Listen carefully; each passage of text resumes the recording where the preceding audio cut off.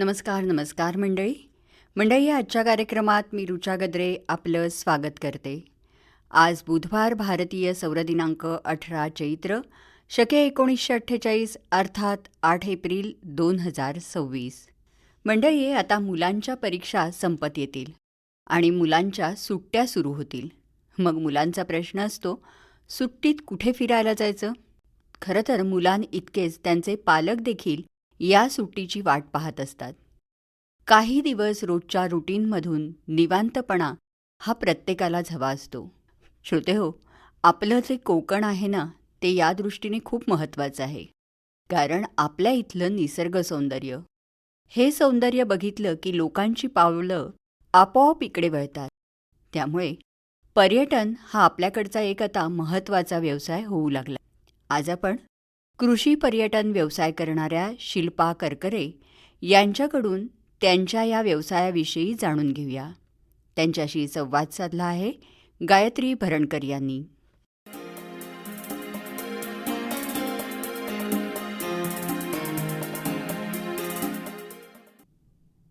मंडळी नमस्कार. मंडळी, कृषी विषयाला अगदी जवळचा असलेला आणि अतिशय वेगानं लोकप्रिय होत जाणारा प्रकार म्हणजे कृषी पर्यटन. या क्षेत्रात इतक्या झपाट्यानं प्रगती होते आहे की या क्षेत्राकडे वळावं असं आता अनेकांना वाटू लागले. आणि यासाठीच एका योग्य अशा व्यक्तीला आम्ही स्टुडिओमध्ये आमंत्रित केलेलं आहे. ही व्यक्ती आहे शिल्पा करकरे. मंडळी, कृषी पर्यटन या क्षेत्राची काहीही पार्श्वभूमी नसताना सुद्धा त्यामध्ये उतरणं आणि त्यामध्ये यशस्वी होणं हा धाडसी निर्णय या मॅडमनी घेतला आणि आज स्वतःचा ब्रँड त्यांनी निर्माण केला आणि जगभरात तो प्रसिद्धही केलाय. म्हणजे एकूण अतिशय प्रोत्साहनपर अशी ही व्यक्ती आहे. तर आज आपण या मॅडमकडूनच त्यांच्या कृषी पर्यटन व्यवसायाविषयी आणि इतर त्यांच्या पूरक उद्योगांविषयी जाणून घेणार आहोत. मॅडम नमस्कार. नमस्कार. स्टुडिओमध्ये तुमचं खूप मनापासून स्वागत करते. तुमची पार्श्वभूमी काय होती? नमस्कार, मी शिल्पा नितीन करकरे. मी आणि माझे मिस्टर नितीन करकरे आम्ही दोघं ठाण्याला राहत होतो. माझं स्वतःचं शिल्पाज द हँडीक्राफ्ट स्टोअर म्हणून ठाण्याला एक 10 वर्ष दुकान होतं, जिथे मी भारतामधनं हँडीक्राफ्ट वस्तू घेऊन यायची आणि विकत होते. आणि नितीन करकर हे स्वतः TV सिरियल्स आणि ॲड फिल्मचं साऊंड रेकॉर्डिंग आणि एडिटिंग करायचे. 20 वर्ष त्या ह्या इंडस्ट्रीमध्ये होते. आणि तिकडनं आम्ही मुंबई सोडून कोकणात ह्या पर्यटनाच्या निमित्ताने शिफ्ट झालेलो आहोत. अच्छा, तुमची पार्श्वभूमी किंवा आधीचा उद्योग बघता कृषी पर्यटन या क्षेत्राकडे वळणं हा खरोखरच धाडसी निर्णय म्हणायला हरकत नाही. पण मग हा जेव्हा तुम्ही निर्णय घेतला तेव्हा पुढील काही अडचणी असतील किंवा काय आपल्याला सामोरं जावं लागेल कोणत्या गोष्टींना, याचा काय अंदाज होता का तुम्हाला? थोडासा अंदाज होता, नाही अशातला भाग नाही. पण आम्ही दोघं थोडेसे धाडसी स्वभावाचे असल्यामुळे आपण करून तर बघूया, काय येईल, यश अपयश ते आपल्याला झेलायचं आहे, या उद्देशाने आम्ही दोघं जण खरं तर या व्यवसायामध्ये पडलो म्हणायला हरकत नाही.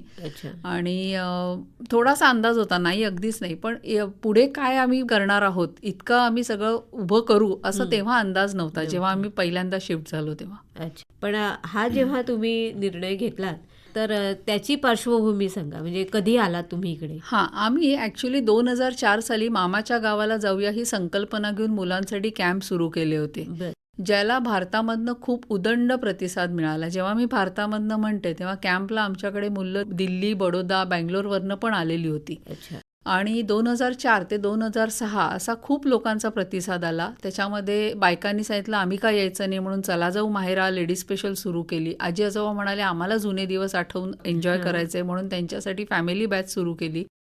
आणि कोकणामधले जे आपले सण असतात, दिवाळी आहे, गणपती आहे, असे आम्ही तेव्हा प्रमोट करायला सुरुवात केली होती. तेव्हा आम्ही बऱ्यापैकी 2004 ते 2010 मध्ये येऊन जाऊन आम्ही करत होतो. त्याच्यामध्ये मग आम्हाला असं वाटलं की आपल्याला मुंबईचा कंटाळा आलेला आहे, आम्हाला दोघांनाही, खास करून नितीनला जास्त कंटाळा आला होता. मग आम्ही ठरवलं की आपण कोकणामध्ये शिफ्ट होऊया.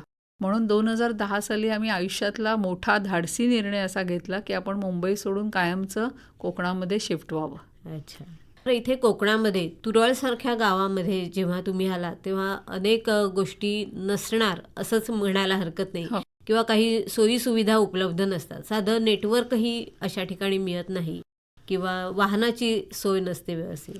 तर अशा वेळी तुम्ही काय नेमकं केलं? म्हणजे तिथे तुमचं घर होतं म्हणतात. हो, आता मूळ म्हणजे आम्हाला इथेच यावंसं का वाटलं, तर आमचं करकऱ्यांचं 350 वर्ष जुनं प्रचंड मोठं घर असं तुरळमध्ये आहे. बर.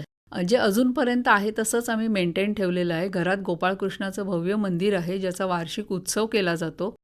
ते घर आम्हाला कुठेतरी खुणावत होतं, आम्हाला यावंसं वाटत होतं, जिथे आम्ही हे कॅम्प्स पण केलेले होते.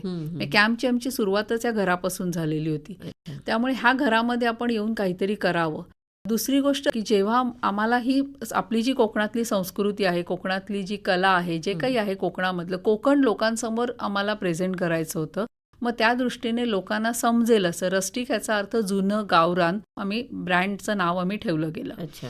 जेव्हा आम्ही शिफ्ट झालो तुरळला तेव्हा नेटवर्क नव्हतं अजिबात. मी व्यवसाय सुरू केला 2010 साली आणि नेटवर्क आम्हाला 1 वर्षापूर्वी मिळालेलं आहे. सो ब्रँडची आपण एस्टॅब्लिशमेंट म्हणतो, ब्रँड डेव्हलपमेंट म्हणतो, जे हल्लीचे फार सगळ्यांच्या तोंडी शब्द असतात, ते आम्ही नेटवर्क नसताना केलेले होते. घरातनं 2 किलोमीटर आम्हाला नेटवर्क यायचं, गाडीला स्टार्टर मारायचा, 2 किलोमीटर जाऊन बसायचं, दिवसभराची सगळी कामं, अपॉइंटमेंट्स, काय कोणाला फोन करणं, हे सगळं करायचं आणि यायचं. आजूबाजूला पूर्ण जंगल आहे, आमची बऱ्यापैकी जागा आहे, आमच्या फॅमिलीची भरपूर जंगल आहे, पाणी भरपूर आहे, त्यामुळे जागेची मुबलकता भरपूर होती, पाण्याची कमतरता नव्हती, पण माणसांची पण कमतरता नव्हती. सुदैवानी आम्ही म्हणतो की पूर्वजांनी आम्हाला काय मोठं देऊन गेले असतील तर त्यांचे गावाशी असलेले संबंध की जे आम्ही पुढे कॅरी फॉरवर्ड केले, की जे लोक आमच्याशी बांधील राहिले सगळे गावातले, त्याच्यामुळे ते सगळे आमच्याशी अटॅच झाले.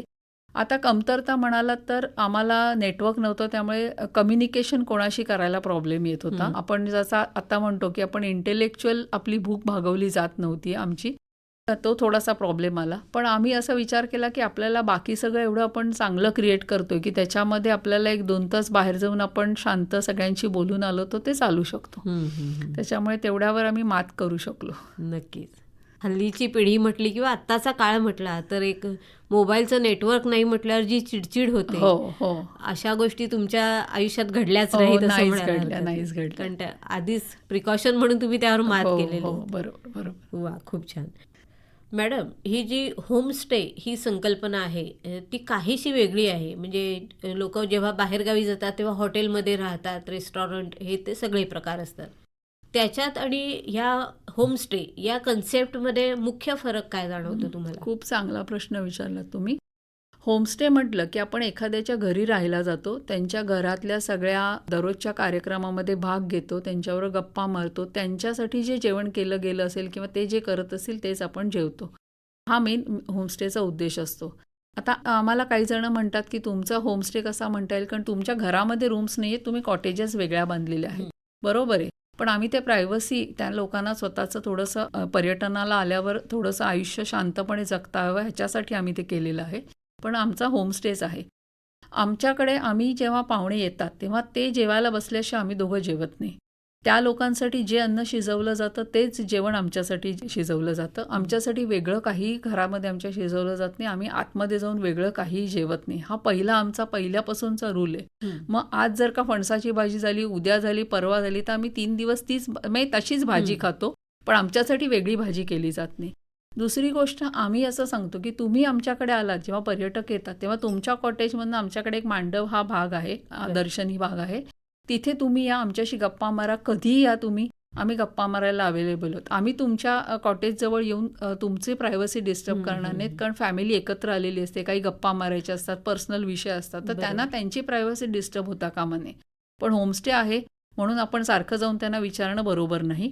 पण तुम्ही आमच्याशी आलात, आमच्या मांडवामध्ये, आमच्या आजूबाजूच्या भागामध्ये, आपण जरूर गप्पा मारू. आणि मग त्याच्यामध्ये वेगवेगळ्या विषयांवर गप्पा होतात, अगदी राजकारणापासून ते घरातल्या शिजणाऱ्या अन्नापर्यंत असे वेगवेगळे विषय हाताळले जातात.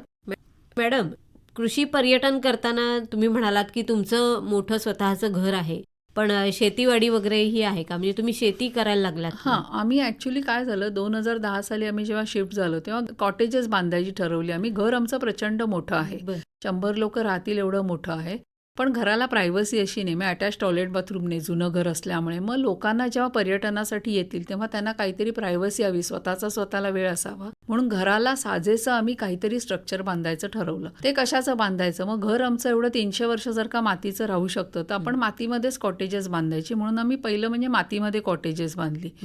शेतातलीच माती वापरून आम्ही सनड्राईड ब्रिक्स तयार केला. शेतातलाच कोंडा वगैरे असं सगळं वापरून आम्ही त्याची कॉटेजेस बांधली.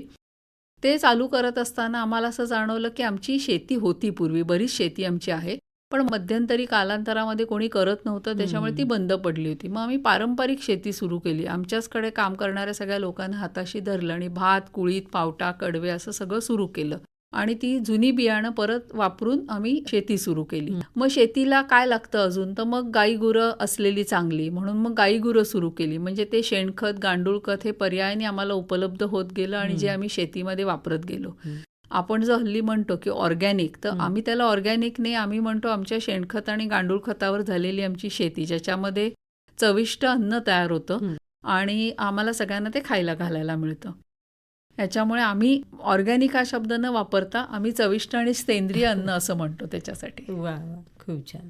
आता तुम्ही म्हणालात की तुम्ही गाई गुरं सुद्धा घेतलीत, तर मग त्याची मॅनेजमेंट कशी केलीत? कारण तो एक पसारा नाही म्हटलं तरी मोठा असतो. हो, हळूहळू सुरुवात केली. सुरुवातीला आधी 1-2च गायी होत्या, मग त्यांचीच वासरं झाली आणि तो आता पसारा वाढलाय.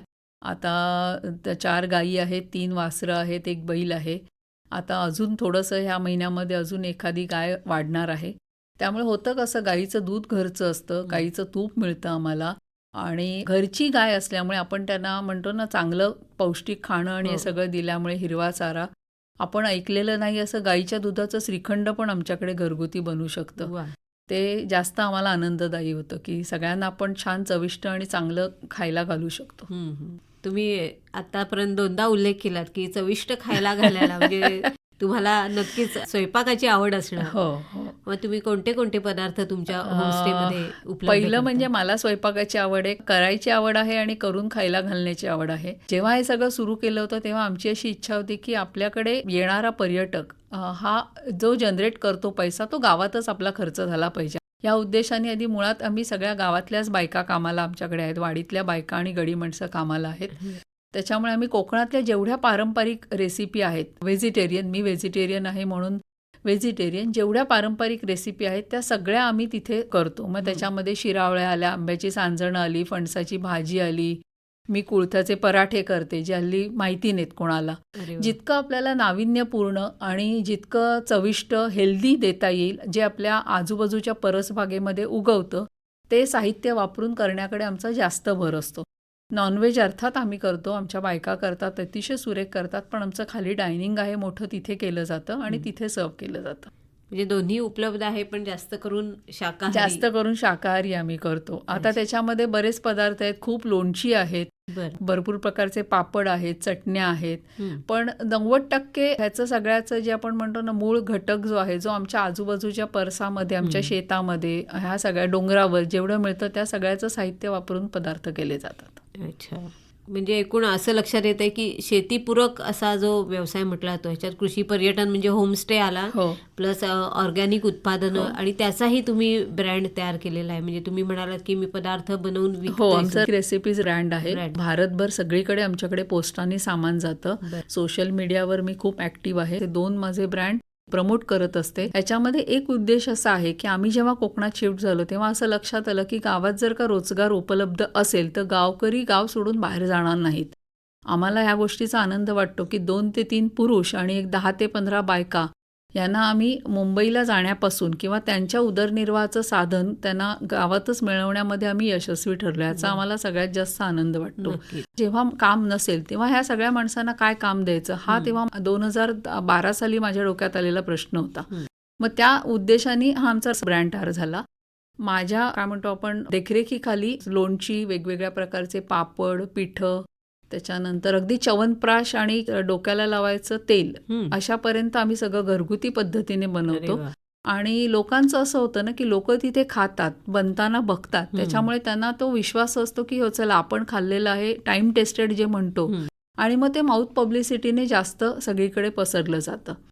त्यामुळे आता तोही ब्रँड माझा चांगला एस्टॅब्लिश झालेला आहे. माझी स्वतःची पॅशन होती हँडीक्राफ्ट, म्हणजे लाकडामध्ये काहीतरी आपण काम करावं, तर तिथे एक सुतार आहेत, एक हेल्पर आहे, आणि ट्रेज, लॅम्पशेड्स पासून फर्निचरपर्यंत सगळ्याचे पोळपाट आहेत, वेगवेगळ्या प्रकारच्या विळ्या आहेत, या सगळ्याचं आम्ही ऑर्डर्स घेतो. तिथे माझं एक छोटंसं बुटीक ठेवलं आहे आवारामध्ये. तुम्ही आल्यावर घेऊन जाऊ शकता.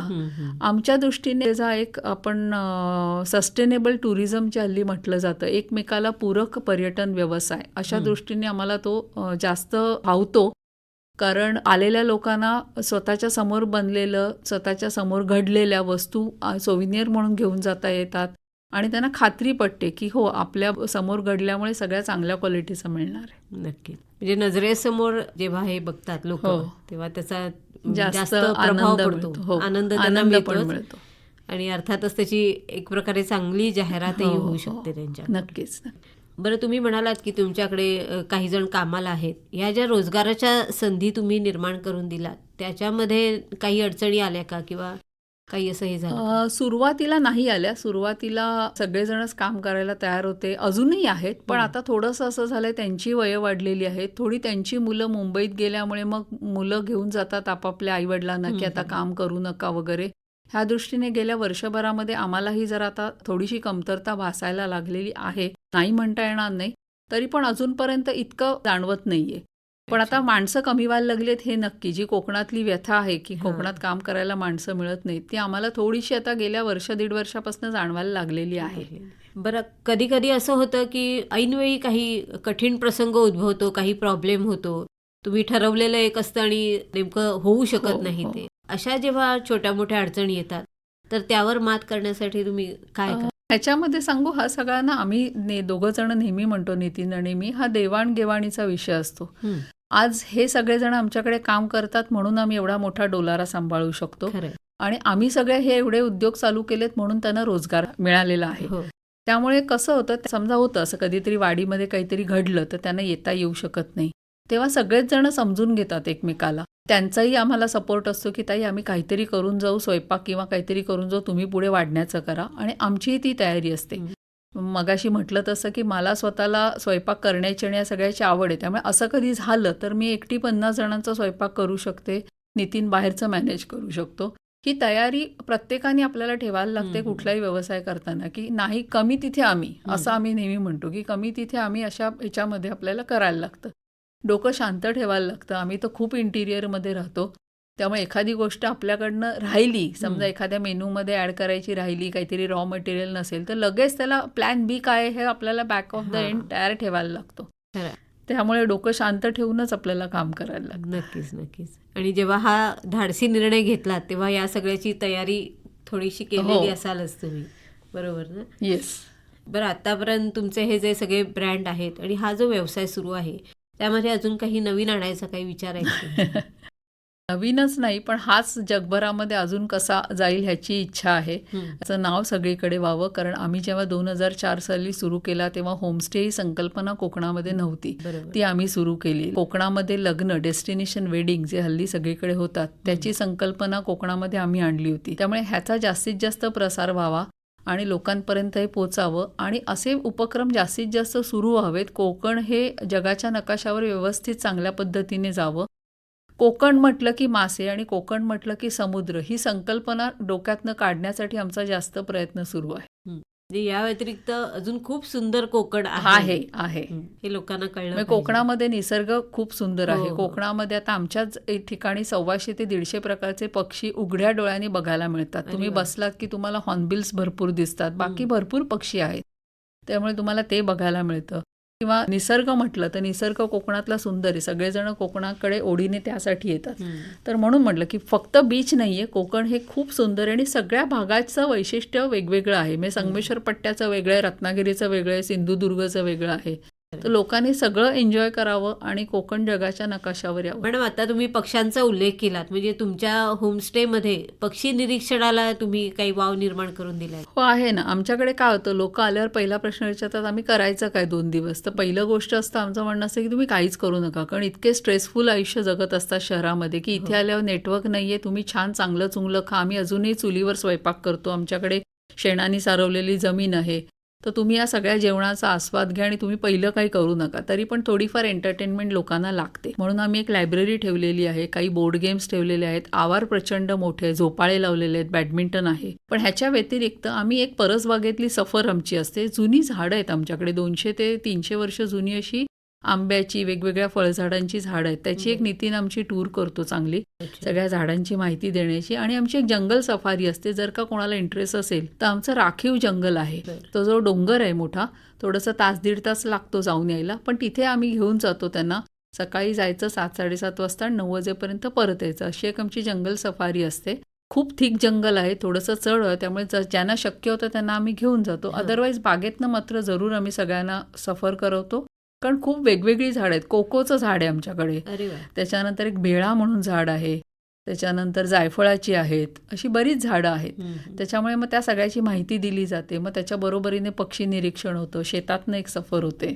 मॅडम, तुम्ही हा जो वेडिंग डेस्टिनेशन एकूण हा जो प्रकार निर्माण केलेला आहे इथं, तर त्याच्यामध्ये काही सेलिब्रिटी वगैरे असे आले आहेत की कुणीही आलं आणि तुम्ही त्यांची लग्न हे केली? आलेले आहेत. आधी मुळात म्हणजे वेगवेगळ्या नगर, पुणा, त्याच्यानंतर नाशिक इथनंही लोक येऊन इथे लग्न करून गेलेली आहेत. त्याच्याकडे 100 लोकांची राहण्याची व्यवस्था होते आणि जेवणा खाण्याची 300 ते 500 लोकांपर्यंत आम्ही व्यवस्था करू शकतो. तर ह्याच्यामध्ये आम्हाला येऊन गेलेल्या सेलिब्रिटीजमध्ये एक गजेंद्र अहिरे, जे मराठी फिल्मचे डिरेक्टर आहेत, त्यांच्या मुलाचं लग्न आपल्याकडे झालेलं होतं. डॉक्टर गिरीश जकोटिया म्हणून आहेत, की जे अर्थतज्ञ आहेत, मोठे पार्ल्याला राहतात, त्यांच्या मुलीचं लग्न इथे झालं होतं. त्याच्यानंतर सोनिया परचुरे म्हणून ज्या डान्स शिकवतात, तर त्यांच्या बाच्याचं लग्न इथे झालेलं आहे. अशी ही 3 जणांची, मी सेलिब्रिटी म्हटलं तर अशी 3 जणांची लग्न झालेली आहेत. पण एक आवर्जून सांगते की जेवढी लग्न झाली, 28 आत्तापर्यंत इव्हेंट झालेत, त्या सगळ्याकडच्या दोन्ही फॅमिलीज अजूनपर्यंत आमच्याशी खूप रिलेटेड राहिलेले आहेत. म्हणजे नंतर लग्न झालं की आपला संबंध संपला असं न होता आमच्याशी अजूनपर्यंत ते व्हॉट्सअप आणि सोशल मीडियामुळे टचमध्ये आहेत. अरे वा. तुमच्या आदरातिथ्याची ही खरी पोचपावती म्हणायला हरकत नाही. नक्कीच. म्हणजे माउथ पब्लिसिटी होणं हे सगळे पुढचे विचार. हो, नक्कीच. पण तुम्ही जे अगत्याने जे करता त्याचं हे रिझल्ट आहे. नक्कीच. अरे वा. आता सीझन सुरू आहे, हो, तर ह्या सीझनल फळांच्या बाबतीत काय सांगाल? म्हणजे ह्याचे तुम्ही काही पदार्थ वगैरे बनवता? हो, करतो ना आम्ही. आता सीझनल याच्यामध्ये म्हणजे फणस आहे, तर माझ्याकडे मी गेली 2-3 वर्ष फणसाचं पीठ करते, गऱ्यांचं आणि आठलांचं पीठ करते, ज्याला खूप डिमांड आहे. त्याच्यानंतर फणसाचे गरे होतातच. त्याच्यानंतर आंब्याचे पदार्थ केले जातात, जांभळाचे केले जातात, करवंदाचं लोणचं करते, जांभळाचा जॅम करते, त्याच्यानंतर करवंदाचं लोणचं असतं, कोकमाचं सरबत असतं, पन्हं असतं, ह्या सगळ्या गोष्टी केल्या जातात. आणि त्या तुमच्या ब्रँडच्या नावाखाली, त्या ब्रँड खाली विकल्या जातात. हो. मार्केटिंगच्या दृष्टीनं काय असं सांगता येईल का? म्हणजे तिथे आडगावामध्ये थोडं हे होतं ना मार्केटिंग. म्हणजे आता आम्ही वेगळी एजन्सी ठेवलेली आहे, कारण आमचा व्याप बराच वाढलेला आहे म्हणून. मी आमचं जे बुकिंग बघतात तेच आमचं सोशल मीडिया मॅनेज करतात. आत्तापर्यंत मी आणि नितीन स्वतः आम्ही 2 जण बघत होतो. पण आमच्याकडे जास्तीत जास्त माउथ पब्लिसिटीनेच लोक आलेले आहेत. 1 जण येऊन गेला की तो 4 जणांना सांगतो, आणि आम्हाला वाटतं ते आमचं जास्त यश आहे. सोशल मीडिया म्हणजे आता हल्लीच्या ह्याच्यामध्ये इंस्टाग्राम वगैरे आपण म्हणतो ना, की तो एक फिनिश यायला तुम्हाला, की तुमचं नाव माहिती आहे सगळ्यांना, पण तरी पण ते आणखी 4 लोकांपर्यंत पोचायला. आणि दुसरं आमचा परत हाच उद्देश आहे, की आपल्याकडे महाराष्ट्रीयन तर लोक यायलाच हवीत, पण ज्यांच्यापर्यंत कोकण पोचत नाही अशी नॉन महाराष्ट्रीयन लोक यायला जास्तीत जास्त हवीत. तरुण पिढी यायला हवी, की ज्यांनी हे बघितल्यावर त्यांना कुठेतरी वाटावं की चला आपण जाऊया परत आपल्या गावी. मग ते कुठेही का असेना, विदर्भात असेल, घाटावर असेल किंवा कोकणामध्ये असेल, पण त्यांना परत जावंसं वाटावं अशी आमची इच्छा आहे. त्याच्यामुळे सोशल मीडिया हल्ली तो इम्पॉर्टंट भाग आहे आपल्या आयुष्याचा. नक्कीच. बरं, या सगळ्या गोष्टीची सुरुवात झाली ती मामाच्या गावाला जाऊया यापासून. ते अजूनही सुरू आहे? अजूनही सुरू आहे. दरवर्षी आमचा 2 मे ते 6 मे मामाच्या गावाला जाऊया कॅम्प असतो. खूप ॲडव्हर्टाइजमेंट होते, माउथ टू माउथ पब्लिसिटीने मुलं येतात. आत्तापर्यंत 10,000 प्लस मुलं येऊन गेलेली आहेत कॅम्पला. आणि त्यातल्या 3-4 इथे लग्न झालेली आहेत. लग्न म्हणजे अशी की त्यांची जेव्हा लग्न ठरली त्या मुलींची, तेव्हा त्यांनी सांगितलं की आम्हाला मामाच्या घरीच जाऊन लग्न करायचं आहे. सो त्यांची लग्न डेस्टिनेशन वेडिंग इथे झालेली आहेत. आणि खूप आनंद मिळतो. निर्व्याज्य प्रेम म्हणतो ना, किंवा निखळ आनंद आपल्याला त्याच्यामधनं मिळतो या कॅम्पमधनं. आत्ताचाच एक किस्सा मी सांगायला मला आनंद वाटेल. 8 दिवसापूर्वी एक मुलगा मुलगी असेच तरुण आले दुपारच्या वेळी आणि ओळखलं का विचारलं. म्हटलं नाही ओळखलं. तर म्हणे मी 2012 साली आलो होतो कॅम्पला आणि मी आज तुम्हाला भेटायला आलोय सुनेला घेऊन. अरे वा. हा किती आनंद आपल्याला छान वाटतो की अरे त्यांनी जाणीव ठेवून आपल्याला भेटायला आला तो. वा वा वा, खूप सुंदर. नक्कीच, आणि खूप आनंद देणारी अशी ही गोष्ट आहे. नक्कीच. मंडळी, कृषी पर्यटन याविषयी शिल्पाताई करकरे यांच्याशी खूप छान आपल्या गप्पा होत आहेत, त्यांचे अनुभव आपल्याला कळत आहेत.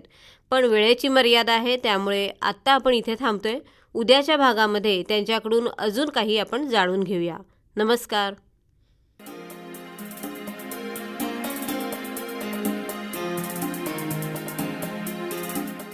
कृषी पर्यटन व्यवसाय करणाऱ्या शिल्पा करकरे यांची गायत्री भरणकर यांनी घेतलेली मुलाखत आत्ताच आपण ऐकलीत. आज या मुलाखतीचा भाग पहिला आपण ऐकलात.